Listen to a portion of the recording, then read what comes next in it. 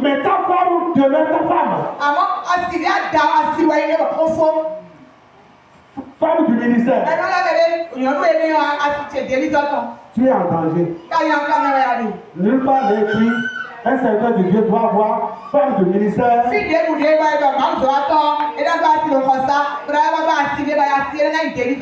ne refuse pas que des femmes nous accompagnent. Que nous ayons des secrétaires femmes. Que nous ayons dans les activités du ministère beaucoup de femmes. Moi aussi j'en ai. Mais ce que je dis, si elle t'entoure, d'où ton caleçon.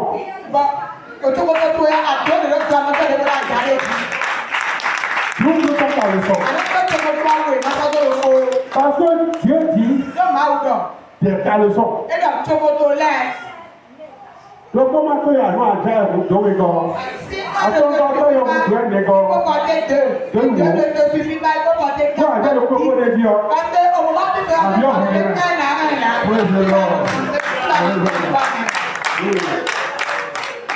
L'onction de Dieu ne peut toujours rester avec nous si nous la tuons parce que nous ne portons pas de caleçon. Pasteur ici présent, évangéliste ici présent, prophète ici présent, apôtre, docteur, diacre ancien, fidèle. Où sont vos caleçons? Portez-vous de caleçons? Est-ce que vous portez de caleçons? Sans caleçon, ça va être difficile pour vous d'accomplir le ministère. Êtes-vous dans des caleçons? Vous travaillez-vous avec Dieu sans caleçon? Ne comptez pas sur Dieu. Ne comptez pas sur Dieu en accomplissant un ministère sans caleçon. Vous n'aurez pas son approbation. Que c'est malheureux aujourd'hui. Je ne juge personne. Je ne vous connais pas. Alléluia. Mais la parole de Dieu n'a pas de caflan. On ne peut pas parler de la part du Seigneur avec des gants. Caflan, c'est pour moi-même. Pour moi, ancien. Faut dire le Dieu pour me si le Dieu n'a pas de gaz mais si Romain. Si ce que je suis en train de faire, je saurais bien quelque chose qui a commencé le travail dans ta vie. Portez de caleçon. Tu as dit qui porte de bonnet pour les dignité. Dieu veut notre dignité dans le ministère. Qui porte des caleçons de peur qu'ils ne viennent pas à les faire mourir. Votre dignité. Votre dignité. Dans le service de Dieu se révèle aussi par votre manière de vous habiller. Le vrai Seigneur, Dieu n'a pas besoin d'être un apôtre gentleman ou bien un prophète gentleman, tout est gentleman. C'est-à-dire, je ne parle pas. Ce que je dis, c'est un peu compliqué. Vous avez compris ce que je veux dire? Vous avez compris? Je n'ai pas dit de vous habiller pour devenir des vieilles dames. Ou bien des vieux pères. Dieu regarde aussi notre intention dans ce que nous faisons. Mais je vois sur TikTok, je vois sur YouTube, certaines manières de certains serviteurs de Dieu ou servantes de Dieu. Et je dis ça, c'est sexy.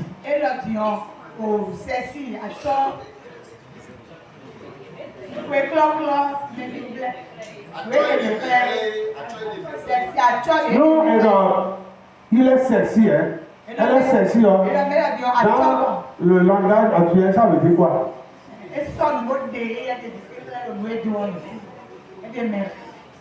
Nous qui apportons le ministère du Seigneur,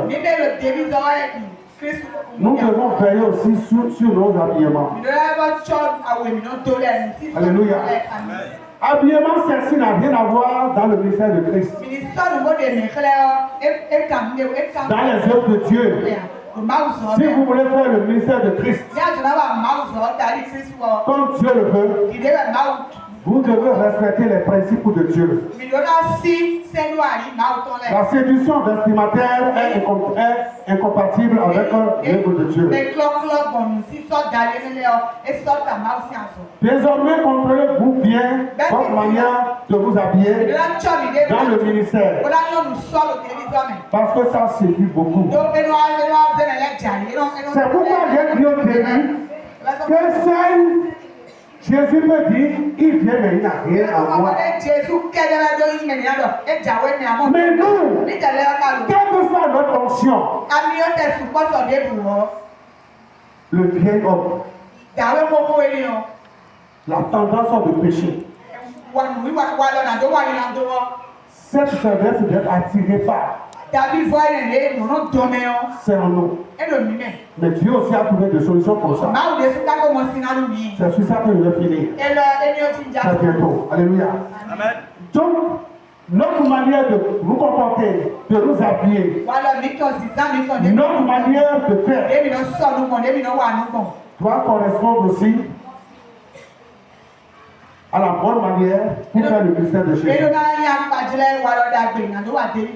Dieu a dit, ainsi ne serons point coupables et ne mourront point. Ce qui veut dire que s'il ne portait pas de caleçon,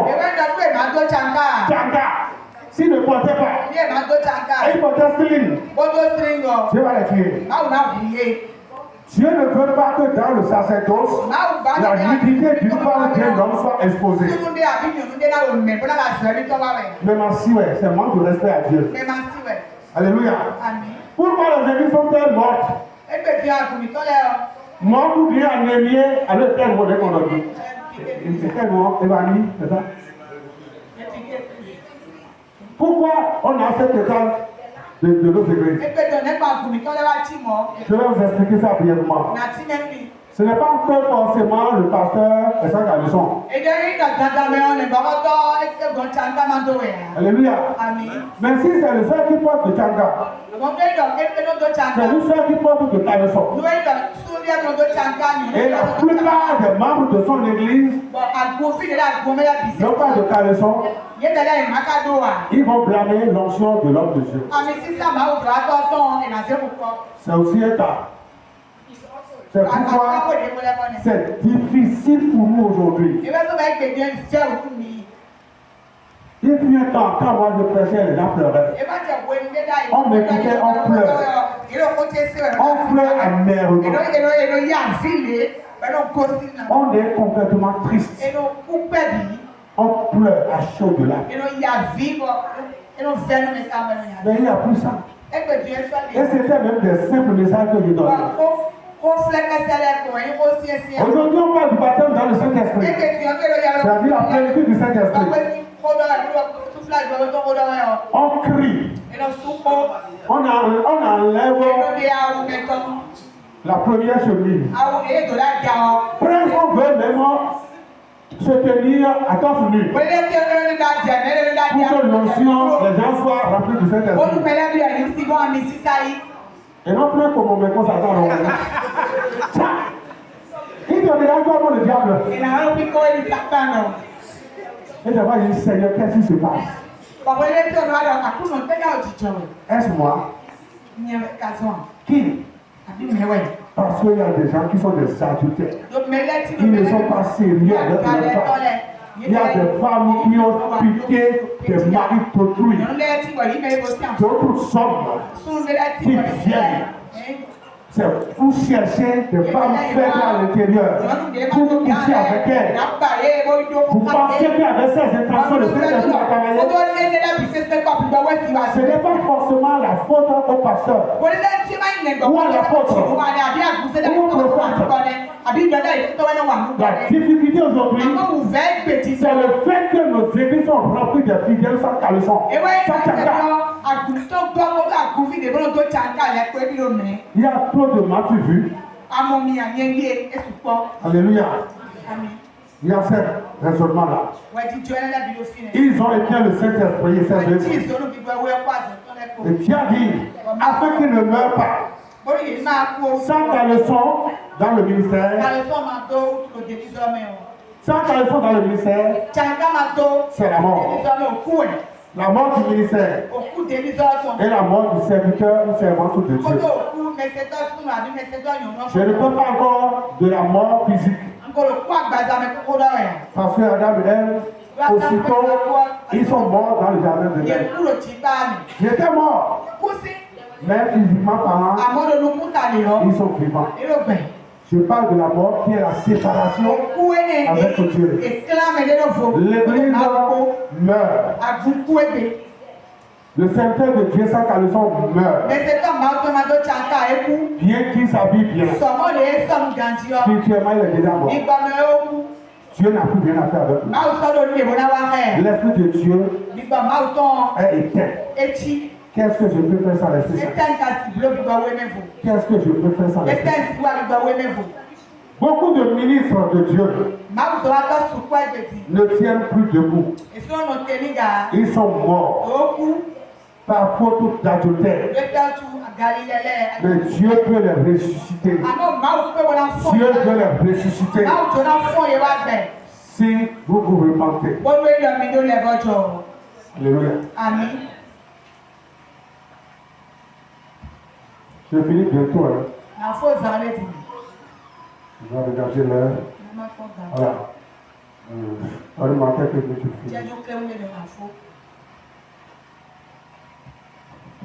Si vous voulez faire le ministère de Christ, comme il a fait, l'apôtre Didier a partagé quelque chose tout à l'heure ici.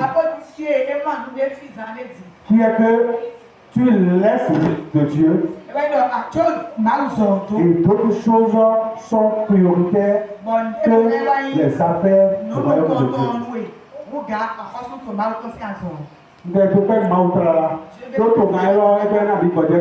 Parce que le président nous a collé la un peu. Vous avez compris, hein? Ce que je veux dire. J'ai été à cet endroit et les pasteurs m'ont marqué très mal. Le jour-là, j'étais venu avec une équipe pour partager quelque chose de très précieux avec eux. Et c'est eux-mêmes qui m'ont dit, m'ont donné l'heure et la date.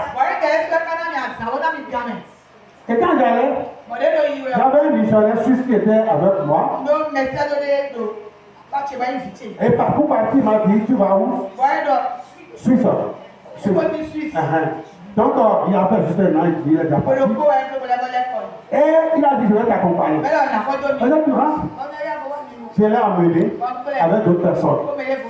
C'est eux qui m'ont donné, ces serviteurs de Dieu qui m'ont donné le rendez-vous. Et quand je suis arrivé, les politiciens ont rempli la maison. Parce qu'il y a somme qui n'est pas loin. C'est-à-dire l'élection des verts, des choses comme ça. Alléluia. J'étais là.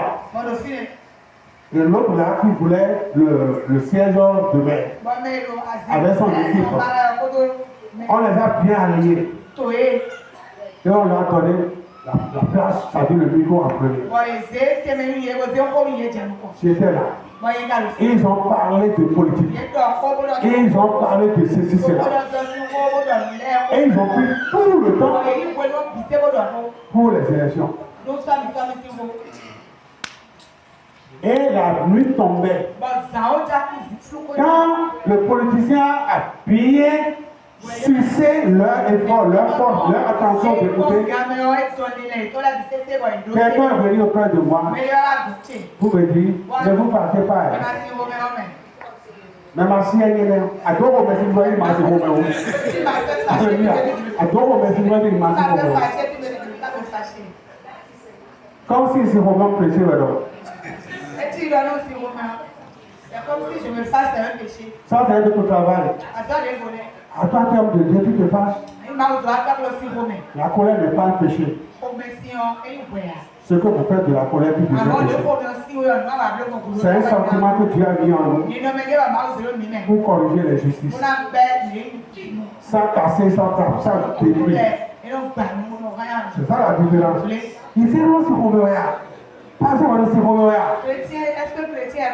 Entre tout temps, et vous pouvez donc. Imagine que ne vous fâchez pas. J'ai dit non, je ne veux pas me fâcher. Je ne veux pas me fâcher. Mais prenez maintenant la parole. Et au moment où j'ai pris la parole, pour partager maintenant l'objectif, ce qui m'a mené là, les gens sortaient déjà. Alors, on était dans la chaîne de la parole. Donc, il y a les pasteurs désertent les églises pour des réunions politiques. Tu laisses les affaires de Dieu. C'est des mauvais comportements qui tuent votre ministère. Respectez Dieu. Respectez l'œuvre de Dieu. Montrez à Dieu que vous êtes dans son ministère et non dans votre ministère. Du moment où vous êtes appelé, vous êtes devenu esclave de la parole, esclave de Christ. Quiconque devient disciple de Jésus devient esclave de Dieu. C'est comme ça qu'il m'a traité ce jour-là. Et il restait quelques personnes par pitié.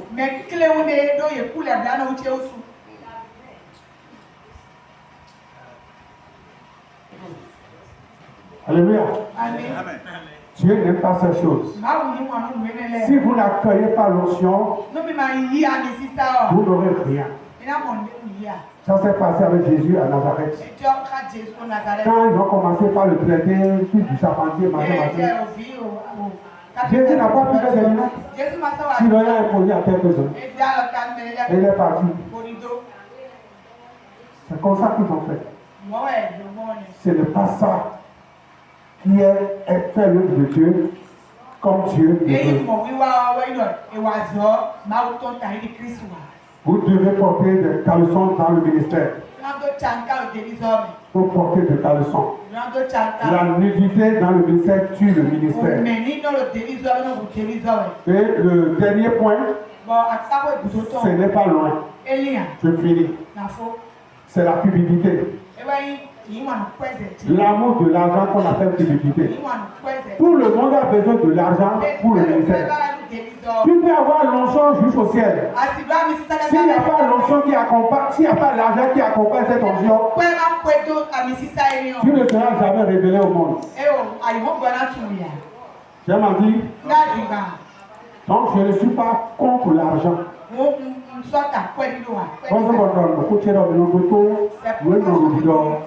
Ça donne l'impression que je suis contre. Je ne suis pas contre ça. Mais je suis contre le comportement qui est derrière.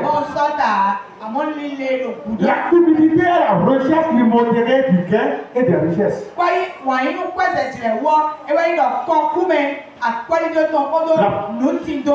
La parole de Dieu nous apprend cela. Et tout à l'heure, l'apôtre Didier, il a encore dit quelque chose. Le fait qu'il faut dire de cette personne avant qu'on me dise. Avant qu'il y ait des gens,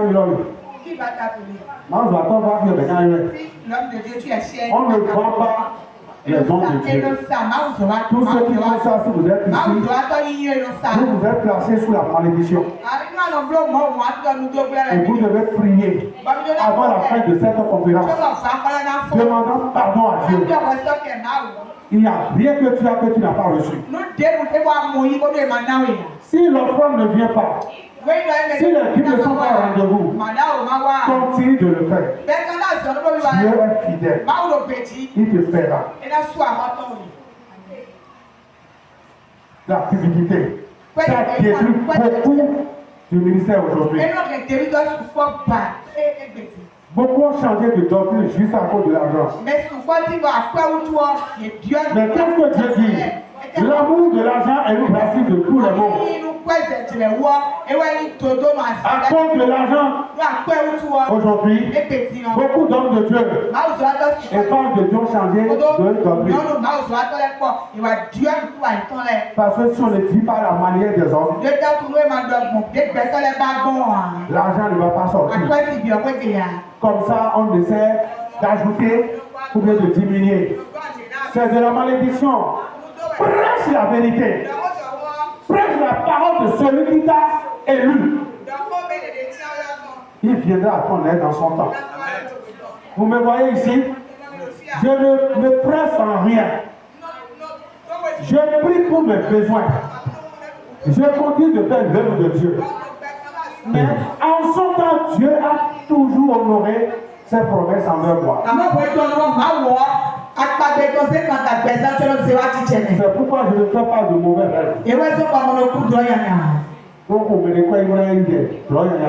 n'arrache pas l'argent de la main de quelqu'un pour faire des mauvaises rêves. Nous sommes dans des pratiques occultistes à cause de la cupidité qui est l'une des œuvres de la chair. On pratique tout pour vivre l'argent rentre. La maison de Dieu est devenue un centre commercial. Commercial de tout. Je veux m'adresser à tous ceux qui sont des prophétesses et des prophètes ici. Je ne veux pas vous demander de vous lever. Mais je veux vous parler. Si vous n'êtes pas appelé à être prophète, quittez ce jeu. Rapidement maintenant. Pourquoi?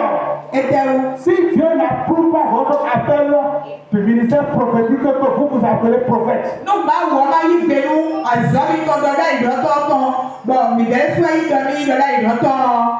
la plupart de ce que vous allez dire aux gens ne s'accompliront jamais.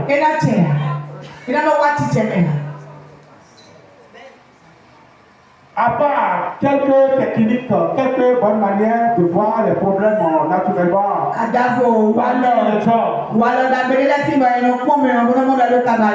Et on dit ça.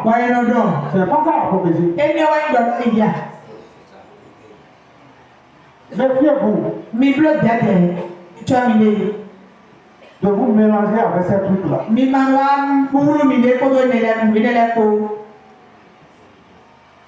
Quelqu'un qui prêche la parole de Dieu. Il prophétise déjà. Depuis que je parle de prophétie, le prophète communique la pensée de Dieu. Communique le cœur de Dieu. Dans la direction. Le prophète, sa parole édifie. Et quand tu prêches, tu restes fidèle à la pensée véritable de Dieu. Tu es un prophète. Depuis que je vous parle, je ne veux pas prophétiser. Parce que c'est la parole du Seigneur. Qu'est-ce que le prophète partage avec son peuple, le peuple de Dieu? L'intention de Dieu, la parole de Dieu, la volonté de Dieu. Donc vous n'avez pas besoin de demeurer dans cette maladie qu'on appelle la pythomanie. La pythomanie.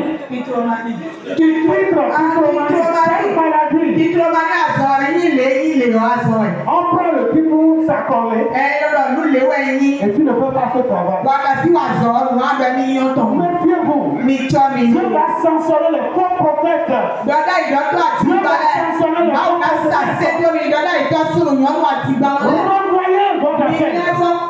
Vous êtes réellement prophète. Je me crie. Mais si ce n'est pas le cas, corrigez-moi ça rapidement. Revoyez ce à quoi vous êtes réellement appelé. Le prophète est reconnu par son travail. Le pasteur est reconnu par son travail. L'évangéliste est reconnu par son travail. L'enseignant de docteur est reconnu par son travail.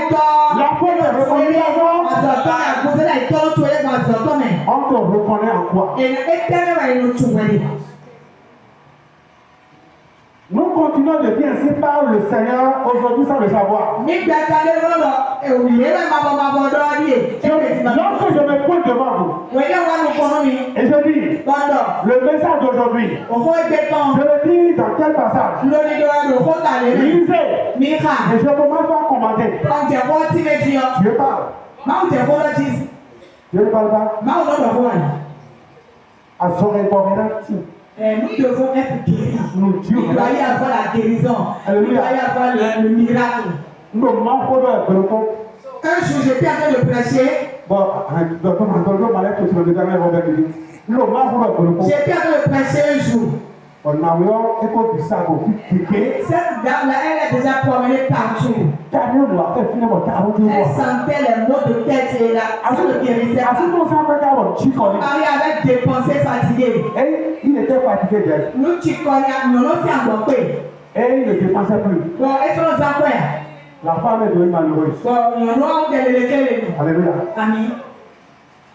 Et elle allait dans une église évangélique. Et quand il va la laisser en Boundé, je vais taire le nom de l'église.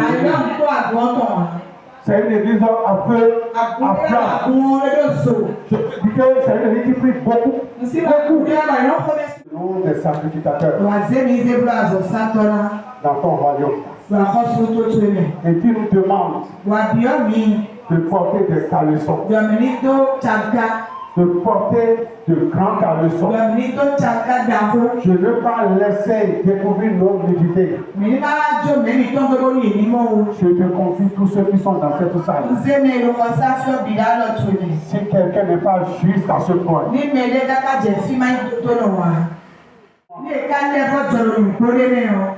que ton feu soit encore à nouveau allumé. Au nom de Jésus, quiconque va se repentir, que le feu qu'il a perdu revienne à lui et sur lui. Et n'importe quel ministère de quelqu'un ici présent qui est en train de mourir, dans le nom de Jésus, qui arrête le processus de mort. Si ce ministre se répand, et tout ministère qui est déjà mort, dans le nom de Jésus, le ministre qui se répand maintenant, je ressuscite dans son ministère. Où que son ministère soit, dans le nom de pays, dans le nom de Jésus, après cette conférence, il va partager avec toi après le Didier de son ministère.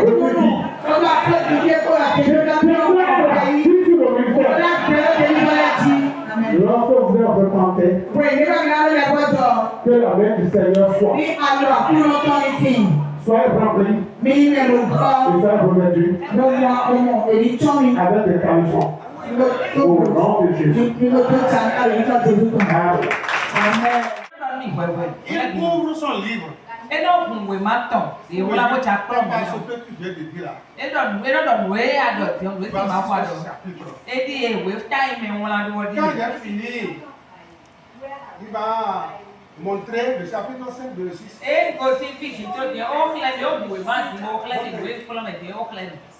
Chapitre, voilà. Accomplir le ministère comme Christ dans le vêtement sacerdotal.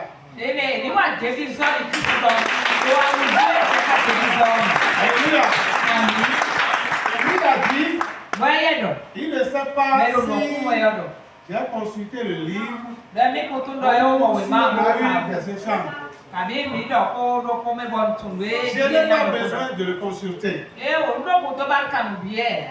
Alléluia. Du moment où il me dit, papa, pendant la conférence, on aura à traiter sur un tel.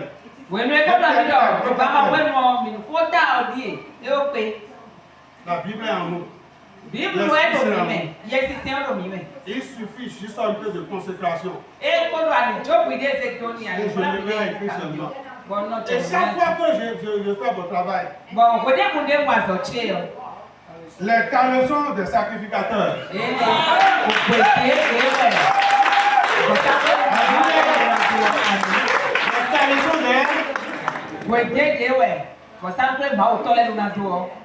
La prochaine fois, peut-être tu n'as pas mis Tchanka, tu viens parler Tchanka.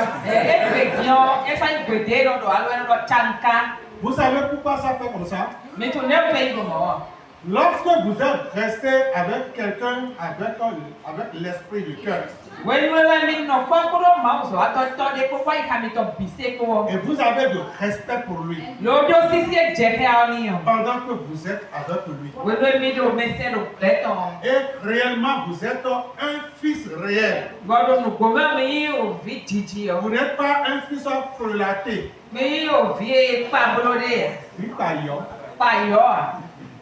un fils hypocrite. On vous dit de faire ça, et vous qu'on t'a déjà trop demandé. La manière dont il a servi comme il le dit doucement, c'est pas ça. Tous mes programmes de campagne de mars de août, c'est lui que j'envoyais.